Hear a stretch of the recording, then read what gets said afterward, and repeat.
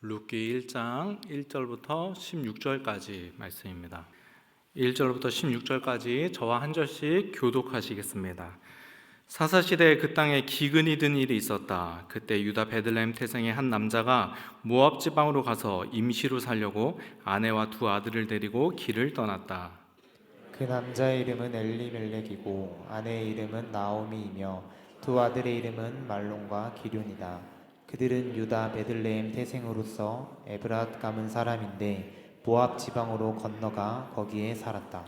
그러다가 나오미의 남편 엘리멜렉이 죽고 나오미와 두 아들만 남았다. 두 아들은 다 모압 여자를 아내로 맞이하였는데 한 여자의 이름은 루시고 또 한 여자의 이름은 오르바였다.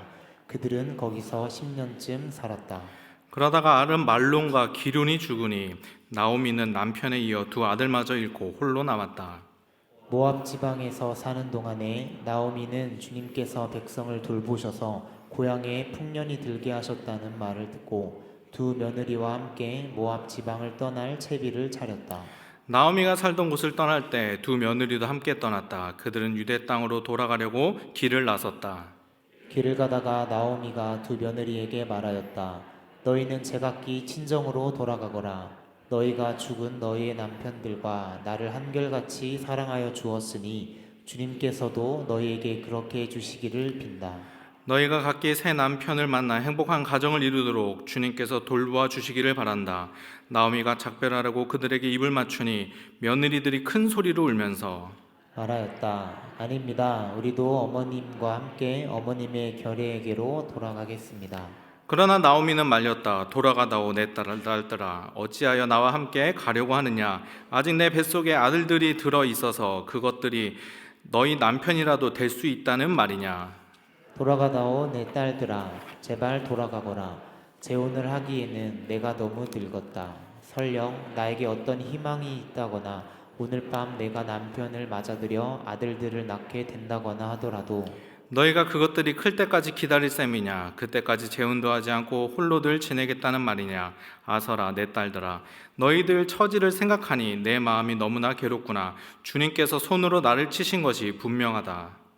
그들은 다시 한번 큰 소리로 울었다. 마침내 오르바는 시어머니에게 입맞추면서 작별 인사를 드리고 떠났다. 그러나 룻은 오히려 시어머니 곁에 더 달라붙었다. 그러자 나오미가 다시 타일렀다. 보아라, 내 동서는 저의 결례와 신에게로 돌아갔다. 너도 내 동서의 뒤를 따라 돌아가거라. 그러자 룻이 대답하였다. 나더러 어머니의 곁을 떠나라거나 어머니를 뒤따르지 말고 돌아가라고는 강요하지 마십시오. 어머님이 가시는 곳에 나도 가고 어머님이 머무시는 곳에 나도 머무겠습니다.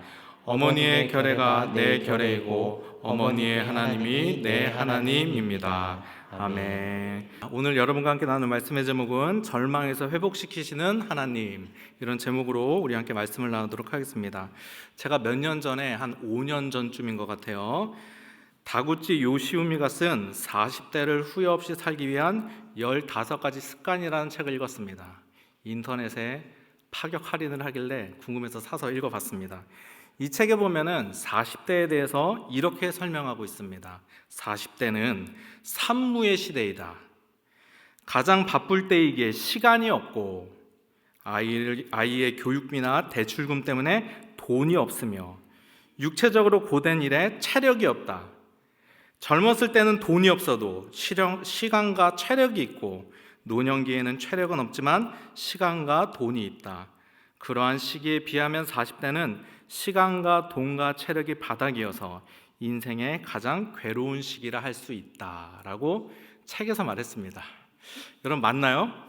제가 50대, 60대, 70대, 80대를 살아보지 않아서 40대가 여러분 제일 고통스러운 시간입니까? 이 말을 하면 어르신들, 권사님들께서 기분 나쁘실 것 같지만 저도 이제 살아봐야 알겠죠? 여러분 40대가 힘들다고 이 책에서 말했지만 여러분 40대만 힘들겠습니까? 여러분 20대, 30대 힘들지 않은 세대가 없습니다. 다 힘들죠. 여러분 이태백이란 단어 아시나요? 이거 몇 년 전에 사용했던 단어인데 요즘도 사용하는지 궁금해서 검색해보니까 쓰긴 쓰더라고요. 이태백 뭔지 아세요? 20대 태반이 백수입니다. 요즘도 똑같은지 모르겠는데 38선이 있습니다. 38선이 뭔지 아세요? 38세가 되면 슬슬 은퇴 생각. 4호정 있어요. 그 다음에 4호정이 뭔지 아세요? 45세가 정년. 한 단계가 더 나왔습니다. 5, 6도가 뭔지 아십니까? 56세까지 일하면 도둑입니다. 예, 이런 말이 있어요. 이게 현실을 반영한 거죠. 요즘 특히 경기가 정말 안 좋은 것 같더라고요. 여러분 자영업 하시는 분들이 힘든 것 같습니다. 전 재산을 투자해서 가게를 하는데 여러분 문을 닫게 되는 경우 얼마나 그 마음이 힘들고 절망적이겠습니까? 이처럼 오늘 본문에도 보면 정말 절망적인 상황 가운데 있는 한 가정이 나옵니다. 오늘 말씀 1절 말씀 볼까요? 1절 말씀 보니까요. 자막도 보여주세요. 1절에 보니까요. 사사시대 그 땅에 기근이 든 일이 있었다. 자, 그 땅에 기근이 들었어요. 여기서 말하는 그 땅이 무슨 땅이죠? 예, 뭐 이스라엘 땅, 가나안 땅, 약속의 땅, 그렇죠? 하나님이 약속하신 약속의 땅에 기근이 들었어요. 그래서 어떻게 하는가? 1절 말씀을 계속 보니까요.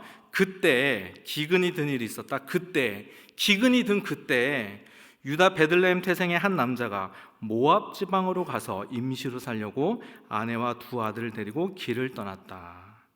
약속의 땅에 흉년이 드니까 먹고 살기 위해서 아내와 두 아들을 데리고 모압 지방 이방 땅으로 가게 된 거예요. 자, 오늘 본문 2절에 보면요, 이렇게 이방 땅으로 떠나가게 된 이 가정에 대해서 소개를 하는데요. 2절 말씀을 보겠습니다. 그 남자의 이름은 엘리멜렉이고 아내의 이름은 나오미이며 두 아들의 이름은 말lun과 기론이다. 자, 이 가정에 비극적인 일이 일어나요. 3절부터 보니까요. 그러다가 나오미의 남편 엘리멜렉이 죽고 남편이 죽은 거예요. 자, 근데 여기서 비극이 끝나지 않습니다. 더 큰 비극이 찾아옵니다. 4절, 5절 말씀 보니까요. 두 아들은 다 모압 여자를 아내로 맞이하였는데 한 여자의 이름을 루치고 또 한 여자의 이름은 오르바였다. 그들이 거기서 10년쯤 살다가 5절 그러다가 아들 말lun과 기론이 죽으니 두 아들이 지금 다 죽은 거예요. 나오미는 남편에 이어 두 아들마저 잃고 홀로 남았다.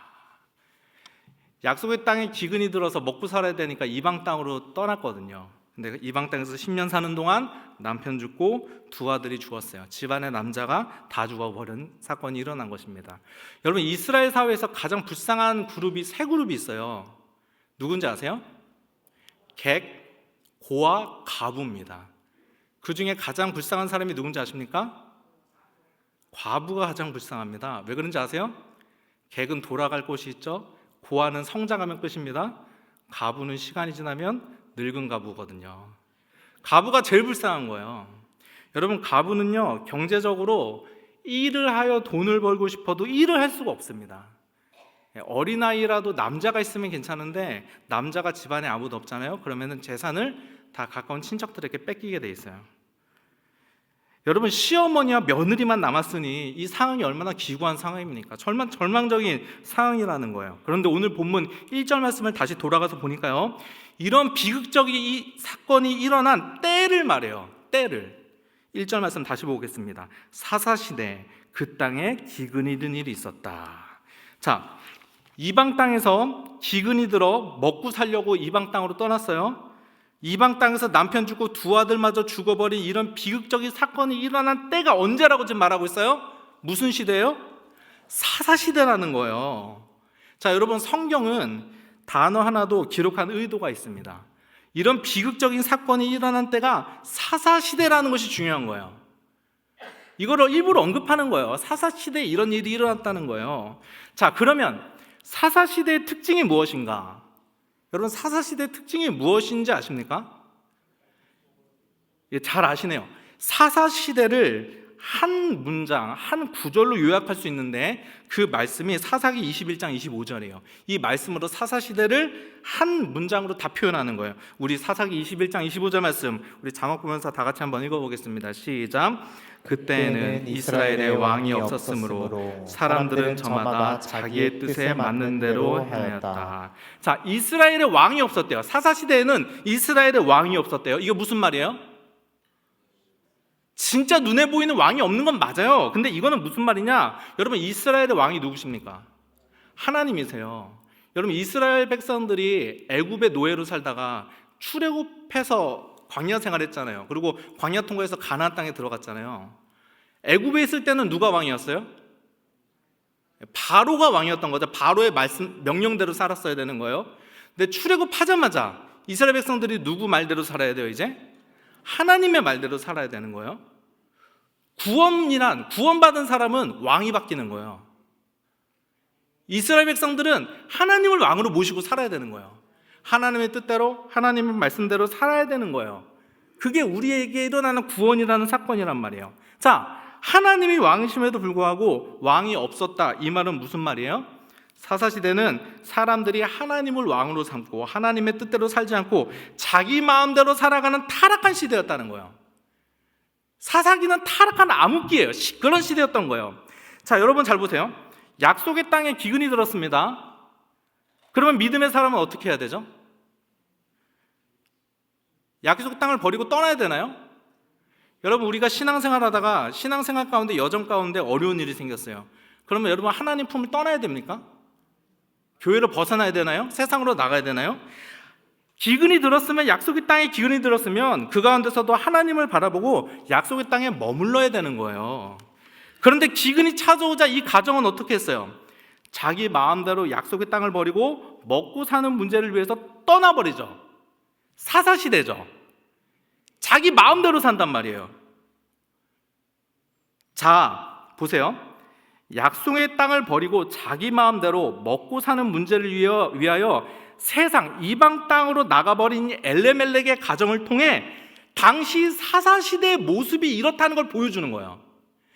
여기 엘리멜렉의 가정은 엘리멜렉의 가정만 말하는 게 아니라 이 가정을 통해 이 당시 사사시대 이스라엘 모습이 이와 같았다는 거예요. 자기 마음대로 사는 거예요. 상황과 환경에 따라 약속의 땅을 버리고 그냥 떠날 수 있는 거예요. 기준이 없는 거예요. 그리고 하나님 없이 이렇게 엘리멜렉이 하나님의 말씀대로 살지 않고 약속의 땅을 버리고 그냥 이방 땅으로 떠나버렸잖아요. 이렇게 하나님 없이 살아가는 나오미 가정에 결국 어떻게 되겠어요? 나오미 남편이 죽고 두 아들마저 죽어버린 이런 절망적인 상황이 바로 사사기 시대 이스라엘 모습을 또 보여주는 거예요. 이 가정을 통해 이스라엘의 타락한 모습, 그리고 타락한 이스라엘이 이렇게 절망적인 상황이었다는 것을 이 가정을 통해서 우리에게 지금 보여주고 있는 것입니다. 여러분, 이 가정의 이름이 엘리멜렉이잖아요. 여러분, 엘리멜렉이라는 이름의 뜻이 무엇인지 아십니까? 엘이 하나님이에요. 하나님이 들어가는 이름이에요. 하나님은 나의 왕이시다요. 이름의 뜻이. 자, 보세요. 말로는 하나님이 내 인생의 왕이십니다 라고 말해요. 근데 사는 건 어때요? 자기 마음대로 살죠. 이런 시대였던 거예요. 하나님 믿는 것처럼 보여요. 근데 자기 마음대로 살아요. 여러분, 오늘 본문에 나오는 기근 가운데 자기 마음대로 행하고 그로 인해 절망 가운데 빠진 이 엘리멜렉의 가정이 바로 누구의 모습인지 아십니까? 바로 이 시대 하나님을 믿는다고 말하는 우리의 모습이 바로 엘리멜렉의 가정의 모습입니다. 여러분, 예수님 믿으십니까? 여러분, 그럼 믿는다는 게 무엇입니까? 예수님을 믿는다고 말하면서 또 믿는다는 것은 하나님을 주인으로 삼는 것이고 하나님을 왕으로 삼는 것인데, 여러분, 누구 마음대로 여러분 살고 계십니까? 제가 오래전에 이 일도 오래전에 있었던 일이에요. 제가 예전에 청년 사역했던 그때 알던 한 청년, 그 당시 전화할 때는 청년이 아니었어요. 이제 결혼해서 애가 둘이에요. 지금은 청년에게 한번 전화가 온 적이 있습니다. 그 당시에 이제 결혼한 상태예요. 그 청년이었던 자매가 전화가 와서 저하고 뭔가를 상담하고 싶다고 했는데, 그 상담의 내용이 무엇이냐, 이제 첫째가 이미 있고 둘째가 태어났는데, 둘째가 태어나면은 힘들잖아요. 애가 둘이니까. 그러니까 첫째를 어린이집에 보내고 싶은 거예요. 그러면 이렇게 생각하죠. 아니, 어린이집 보내면 되지라고 생각하는데, 뭐 이거 좀 생각해 보니까 지역마다 좀 다를 수도 있는 것 같아요. 자리가 없는 거예요. 예, 뭐 또 좋은데 보내려고 했는지, 뭐 그 지역은 그런 건지 자리가 없는 거예요. 저희 둘째 태어났을 때 저희 집 앞에 있는 어린이집에 태어나자마자 대기를 걸어놨습니다. 태어나자마자. 왠지 아세요? 순번이 밀려 있거든요. 몇 번이었는지 아십니까? 40번이었습니다. 40번. 위에 40명이 나가야 저희 아기가 들어가는 거였어요. 그러니까 태어나자마자 거는 거예요. 들어가기가 힘들었어요. 비슷한 상황이었나 보죠. 자리가 없는 거예요. 근데 첫째를 어느 집에 빨리 보내고 싶은 거죠. 그래서 아는 사람에게 부탁 연결이 돼서 자기를 위장 취업시키고, 그러니까 서류상으로 취업한 사람이 되는 거예요. 그러면 엄마가 직장맘이 되잖아요. 엄마가 출근을 하는 거잖아요. 그러면 우선순위로 배정이 되는 것 같아요. 앞순위로. 그렇게 우선순위에 배정이 돼요. 그렇게 한 거예요. 이미 그 상태로 그렇게 했어요. 근데 왜 전화를 했느냐? 그렇게 위장 서류를 작업해서 위장 취업을 했는데 자기에게 그렇게 취업해 준 사람이 몇 번 계속 전화해서 너가 이거 한 번 더 이름을 올리면 우리 회사에 돈이 나오고, 이거를 몇 번을 부탁한다는 거예요. 그래서 자기가 양심에 찔려서 이걸 어떻게 해야 되는지 저한테 전화가 온 적이 있습니다. 제가 그 전화를 받고 얼마 후에 한 영상을 봤어요. 유튜브 영상을 봤는데 그 영상이 아주 오래전에 했던 영상인데 고민이 수다라는 유튜브 영상이 있습니다. 화면 보이시겠어요? 저런 프로그램이 있어요. 저걸 우연히 봤는데 재밌더라고요. 그때 그래서 한동안 저거를 몇 번 본 적이 있습니다. 그때 마침 이 영상의 주제가 신자의 거짓말이었습니다. 그리고 여기서도 교회 안에 서로 위장 취업을 해주는 문제를 언급을 하더라고요. 여러분, 우리가 교회가 왜 세상 사람들에게 욕을 먹을까요? 말과 삶이 달라서 그렇습니다. 하나님을 믿는다고 말하면서 주일에 교회 나와서 예배드리고 그렇게는 하지만 믿는 자답게 살지 않아서 그렇습니다. 우리가 그리스도인답게 살아야 되는 거예요.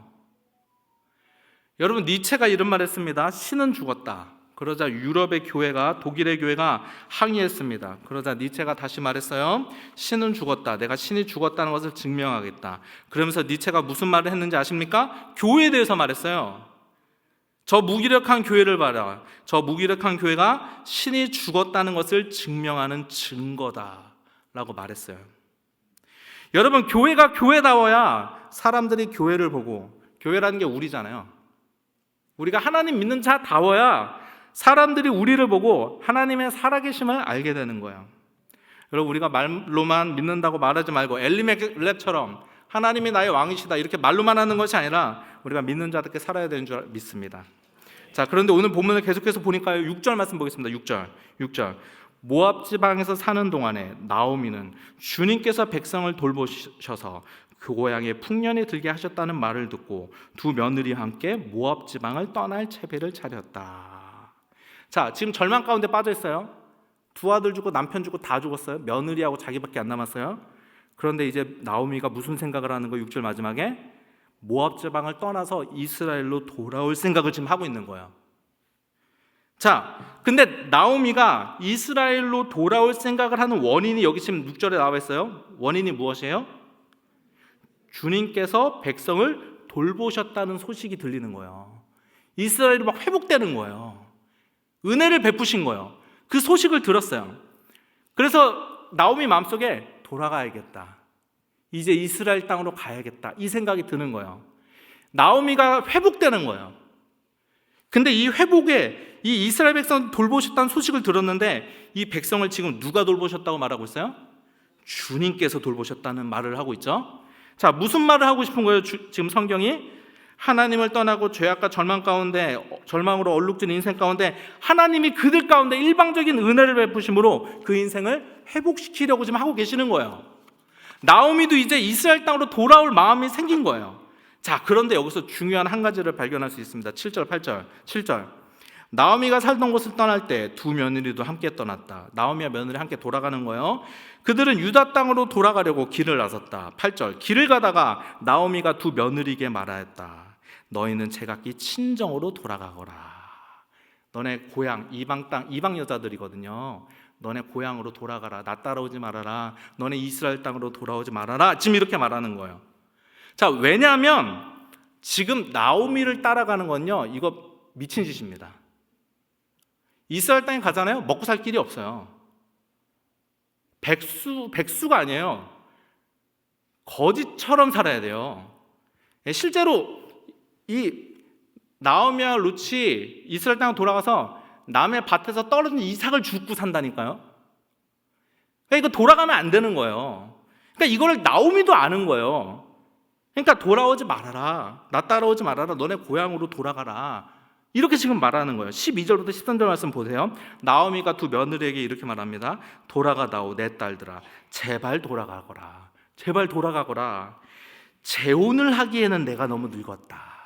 아들들이 다 죽었잖아요. 근데 다른 아들이 새롭게 어린아이도 태어나요. 그럼 그 아이를 통해서 대를 이을 수 있는데 지금 문제는 무엇이에요? 지금 나오미가 재혼을 하기엔 너무 늙은 거예요. 본인도 아는 거예요. 이거 어머니가 또 자녀를 낳을 것 같으면 소망이라도 있죠.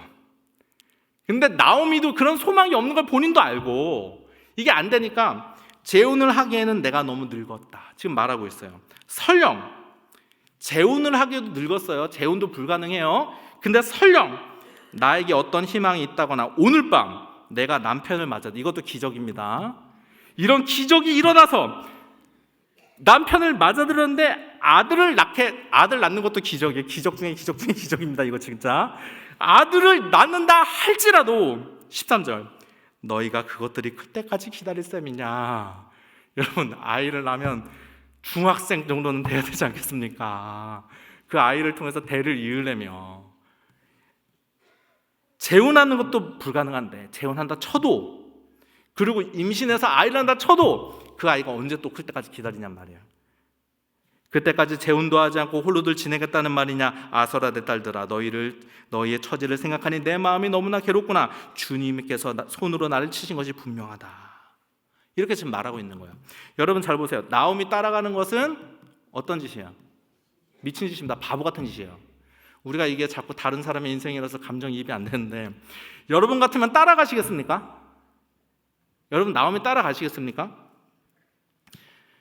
그런데 여기서 두 며느리가 상반된 선택을 해요. 14절 말씀 14절 그들이 다시 한번 큰 소리로 울었다.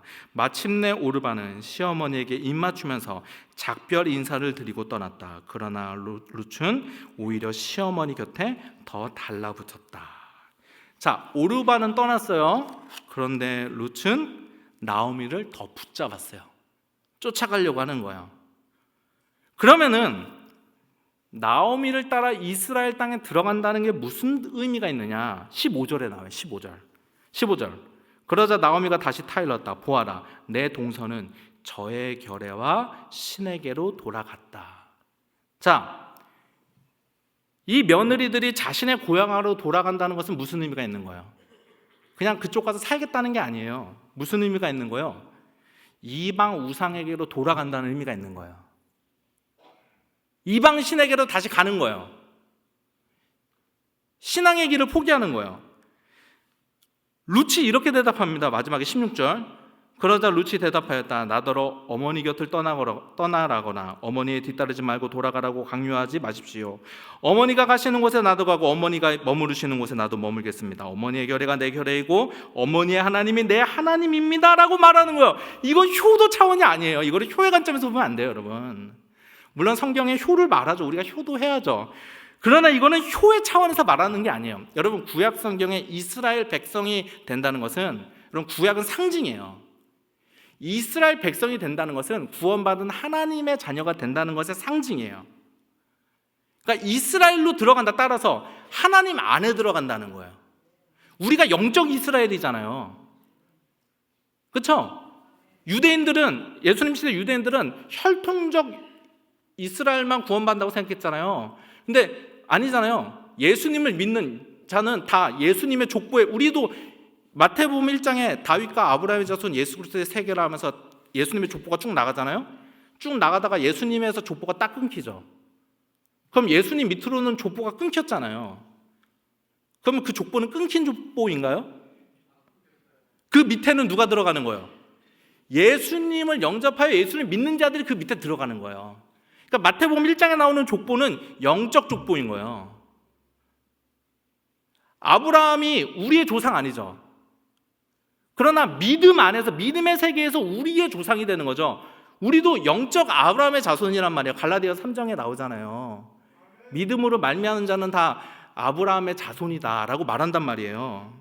그러니까 지금 룻이 나오미를 쫓는다는 것은 무슨 고백을 하는 거냐? 표현하자면 이런 거예요. 나도 이스라엘 백성이 되고 싶습니다. 나도 하나님 백성이 되고 싶습니다. 나도 하나님의 자녀로서의 삶을 살고 싶습니다. 라는 고백을 하는 거예요. 근데 여러분 잘 보시라고 다시. 룻이 지금 시어머니 나오미를 쫓아서 지금 이스라엘 땅에 들어간다는 것은 이건 바보 같은 일이라니까요. 가면 살 가능성이 없어요. 노숙자처럼 살아야 돼요. 노숙자처럼.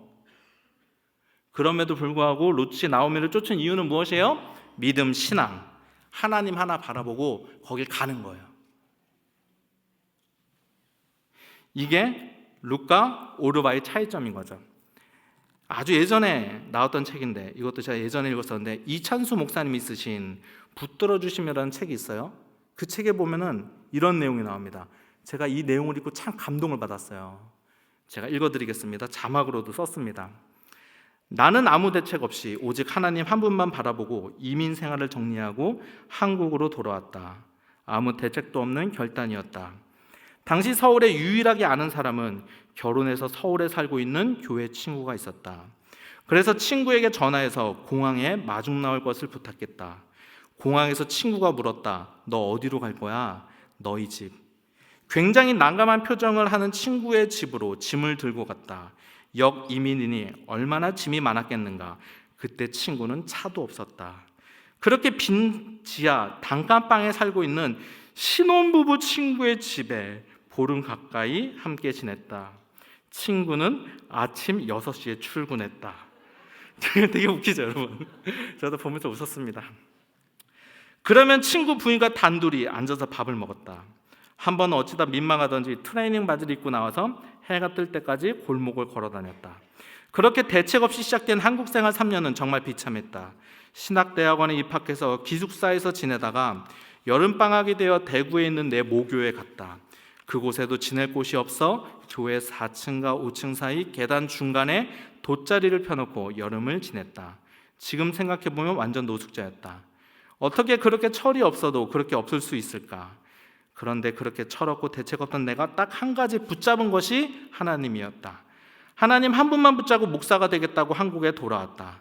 한국에서 신학대학교를 나오지 않은 나는 낄 데가 없었다. 동창 모임이 얼마나 많은지. 그런데 하나님이 은혜를 베풀어 주셔서 옥하는 목사님 밑에서 사역할 수 있게 되었다.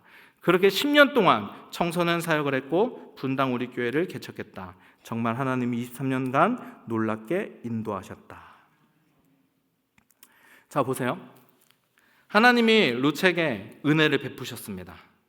하나님이 룻을 회복시키고자 하셨어요. 그러나 룻은 하나님을 선택하는 거예요.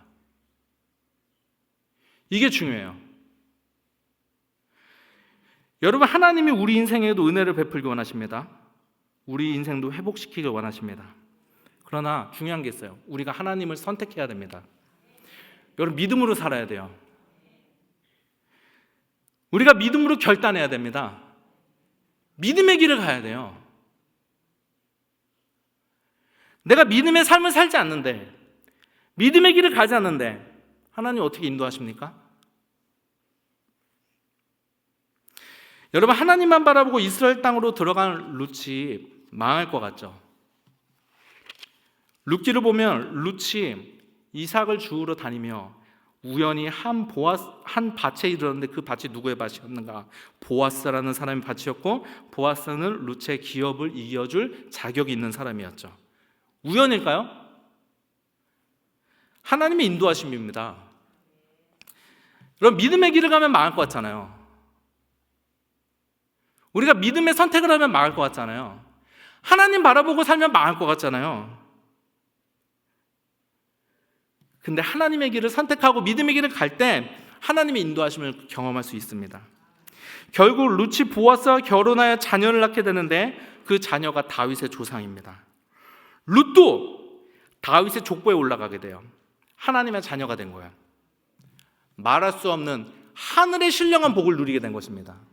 여러분, 우리가 가진 선물 중에, 하나님 우리에게 주신 은혜 중에 구원보다 더 큰 은혜가 어디 있습니까? 구원은 나 죽어서 천국 가 이 차원은 아니거든요. 그것 이상이거든요. 나 죽어서 천국 가, 이거는 태어나는 거라고 볼 수 있고, 그리고 우리가 큰 사람으로 자라가야 되거든요. 여러분, 한 아이가 태어났어요. 그러면 이 아이가 태어나는 순간, 태어났다는 말 속에는 이미 이 아이가 자라가는 모습, 그리고 장성한 모습까지 포함되어 있는 거예요. 그렇죠? 하나님 우리를 구원해 주셨다는 것은 구원받은 자녀답게 성장해가고 그렇게 살아갈 장성한 사람의 모습까지 이미 다 포함되어 있는 거예요. 구원이라는 말 안에. 그런 의미에서 하나님이 우리에게 주시는 구원보다 큰 게 어디 있어요? 우리의 운명을 바꿔주셨고, 우리 하나님 백성으로 살게 하시고, 하나님 백성답게 사는 하나님의 자녀다운 모습으로 살아가게 하시는, 그게 구원이거든요. 그게 하늘의 신령한 복과 은혜예요. 이 땅에 누리는 것을 넘어서서 사실 루치 받은 은혜라는 게 하늘의 신령한 복이란 말이죠. 여러분, 우리가 믿음으로 하나님을 선택할 때 하나님이 여러분에게 놀라운 하늘의 복으로 채워주시는 줄 믿습니다. 우리의 상황이 아무리 절망적이라도 하나님 바라보시고 하나님을 선택하시고 믿음의 길을 걷겠다 결단하시는 여러분 되시기를 주님의 이름으로 부탁드립니다. 아버지, 이 시간 우리가 깨닫고 도전받은 대로 이 시간 결단하며 기도하기를 원합니다. 아버지 하나님, 때로는 잠깐 무너져 믿음의 길을 떠났지만 다시 이스라엘 땅으로 돌아왔으며, 또 이스라엘 돌아갈 길이 험난하고 그 삶이 어려움에도 불구하고 하나님을 바라봄으로 이스라엘 땅으로 돌아가며 시어머니 나오미를 붙잡기를 결단한 롯처럼 아버지 안에 우리도 그러한 믿음의 결단을 하며 살아가게 하여 주옵소서. 상황과 환경 바라보지 않고 하나님 바라보게 하여 주옵소서. 아버지의 믿음의 길을 가게 하시고 믿음을 선택하게 하시고 하나님을 걸어가 아버지 하나님 루치 누렸던 것처럼 하늘의 신령한 복을 누려는 우리 모든 귀한 성도님들 되게 하여 주옵소서. 주님 감사합니다. 예수님의 이름으로 기도드립니다. 아멘.